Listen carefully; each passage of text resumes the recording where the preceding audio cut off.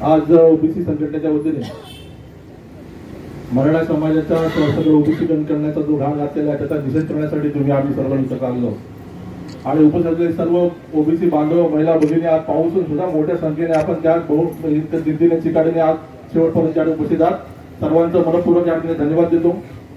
आपल्या सगळ्यांना माहिती आहे की आजचा आपला जो मुख्य उद्देश आहे तो मराठा समाजाचं सरसकट मराठा समाजाला ओबीसी मध्ये करणं, सरसकट समाजाला कुणबीचे दाखले देणं, हा जो त्यांनी घाट घातलेला आहे त्याचा तीव्र निषेध करण्यासाठी तुम्ही आम्ही सर्व एकत्र आलो। तसं बघायला गेलं तर खरं म्हणजे ओबीसी संघटनेची पूर्वपारातली जी जेव्हापासून मराठा आरक्षणाचा विषय पुढे आला तेव्हापासूनची आपली सर्वांची भूमिका एकच राहिलेली आहे। मग ती राज्य स्तरावरती असेल, तालुका स्तरावरती असेल, जिल्हा स्तरावरती असेल, आमचं म्हणणं एकच आहे की आमच्या हक्कावर तुम्ही गदा घालू नका, तुमचं आरक्षण तुम्ही 50% वर स्वतंत्र घ्या, आमचं काय म्हणणं नाही, त्याच्यावर आमचं काहीच म्हणणं नाही, फक्त आमचा हक्क आणि अधिकार आहे। पण ओबीसी मध्ये 350 जाती आमच्या आहेत ज्यामध्ये असलेलं आमचं तुटुंबाचं आरक्षण आहे आणि त्या आरक्षणाला तुम्ही धक्का लावताय, हा कुठला न्याय? आणि मला एक आश्चर्य वाटतं कोकणामधले किंवा आपल्या जिल्ह्यामधले कोकणामधले सर्व जे मराठा बांधव यांचं म्हणणं तेच आहे। बघा कुठले मराठा बांधव आपल्या कोकणामध्ये असं कधीच म्हणत नाहीत की ते म्हणत नाही किंवा ओबीसी मध्ये आरक्षण आम्हाला पाहिजे, आपल्या कोकणामधले कोणच मराठा म्हणत नाही, सगळेच म्हणत नाही असं मान्य करत नाही, पण बहुतांशी लोक म्हणणं असंच आहे, असंच म्हणणं आहे। मग जरांगे पाटील मराठवाड्यापासून काय सांगतायत? कुठला हैदराबादचा गॅजेट, कुठं साताराचा गॅजेट कुठं आणले? छत्रपती शिवाजी महाराजांच्या पुतळ्याखाली बसतात आणि काय सांगतायत? ब्रिटिश काळापासूनचे दाखले आणतायत, ब्रिटिश काळापासूनचे निजामांचे हैदराबाद गॅजेट आणि बसले पुढे छत्रपती शिवाजी महाराजांच्या पुतळ्याच्या खाली। ज्या ब्रिटिशांनी आमच्यावर अत्याचार केला त्यांचा न्याय देण्यासाठी हजारो लाखो लोकांचं बलिदान आहे, देशाला स्वातंत्र्य मिळालं, त्या ब्रिटिशांचं दाखले तुम्ही देताय, त्या निजामाचे दाखले देतात। निजामांचं काय वंशावळायला ती काढायची वेळ आली तर आम्ही सो काढू, त्यांचे दाखले देऊन छत्रपती शिवाजी महाराजांच्या पुतळ्याखाली बसताना आम्हाला सांगताय। आणि एकीकडे काय सांगतायत? सरसकट मराठा कुणबी आहेत त्यांना दाखले देऊन टाका आणि घोषणा काय येते? एक मराठा लाख मराठा।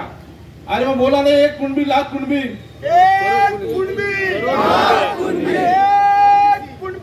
एक ओबीसी लाख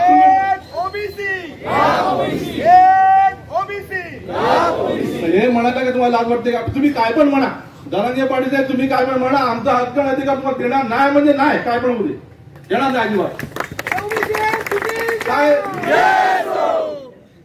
आता ओबीसी जरांगे पाटील आहेत त्यांचं नेहमीची वाक्य डायलॉग आहेत ते मराठवाड्याचे सांगतात, आम्ही ग्रामीण भाषा वापरतो आणि म्हणून काय पण बोलू शकतो आम्ही आमचं अत्तर काढू का ग्रामीण भाषेचं? आम्ही काढू लागते वाटेल ते तुम्ही बोलताय। त्यांचा तो डायलॉग कुठलं आहे काय?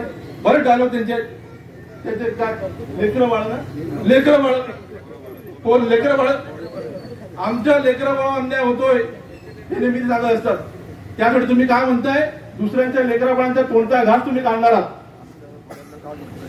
दुसऱ्यांच्या लेकरा बाळांचा घास काढायचा आमच्या लेकरा बाळांचा आम्ही असं म्हणत नाही, आम्ही काय म्हणतो लेकरा बाळा सगळे ईश्वराचे आम्ही सर्व लेकर आहोत, समजलं काय? हा त्यांची लेकरं तशी आमची पण लेकर आहेत ना, मग आमच्या लेकरांचा हक्क जो लोकशाही पद्धतीने दिलाय, जो संविधानाने दिलाय, तो हक्क आणि अधिकार तुम्ही कशाला घेताय? तुमच्या लेकरा बाळा तुमच्या म्हणजे आमच्या, त्यांच्या पण आमच्याच म्हणतो आम्ही, त्यांच्या लेकरा बाळांचा अधिकार त्यांना द्यावा, आमचं काय बंधन आहे? 50% आरक्षण त्यांना द्या। आता 50% आरक्षण वर दिलेलंच आहे, मला माहिती आहे ना। 10% नाही, परत 10% ईबीसी दिले, ईडब्ल्यूएस दिले आणि मराठा समाज होते 10%, 72% आरक्षण झालं, हे सगळं झालं, देऊन झालं, पण कोर्टात तुम्ही सिद्ध करा ना। हैदराबाद गॅजेट आणि याचा तुम्ही उल्लेख करताय, कुठला हैदराबाद गॅजेट कुठून आणलं? पूर्वी म्हणलं नव्हतं, पूर्वी त्यांचं म्हणणं सगळे सोयरे, पहिलं म्हणलं सगळे सोयरे, आता म्हणतं हैदराबाद गॅजेट, निजामांचे दाखले, ब्रिटिशांचे दाखले, ज्यांनी अत्याचार केला त्यांचे दाखले तुम्ही आता आणता आमच्यासमोर, ही कुठली पद्धत? त्यामुळे शासनाने सुद्धा त्याचा विचार 100% आपण जर आवाज उठवला तर निश्चितपणे शासनाचे डोळे आपण उघडू शकतो, हा मला विश्वास आहे। आणि म्हणून आज मोठ्या संख्येने प्राथमिक स्वरूप आपण दिलेलं, पण भविष्यामध्ये अशा स्वरूपाने दाखले देण्याचा प्रयत्न झाला तर आपल्याला तीव्र आंदोलन चढावं लागेल। ये तो सिर्फ जागी है बाकी है, इच्छा बाकी आहे, समजलं? काळजी करायचं कारण नाही, माझ्यासारखा कार्यकर्ता आम्ही तुम्ही सर्व कार्यकर्ते एकजुटून राहिलो तर आपण संघर्ष करू शकतो, आपला हक्क आणि अधिकार मिळवण्यासाठी। आम्हाला दुसऱ्याचा हक्क आणि अधिकार नको, आमचा हक्क आणि अधिकार आम्हाला मिळाला पाहिजे एवढीच माफापाकीच आहे। त्यासाठी भविष्यकाळामध्ये आंदोलन तर तीव्र करायला लागलं ते आपण ते करूया असं प्रकारचा विश्वास व्यक्त करतो आणि जय हिंद जय महाराष्ट्र जय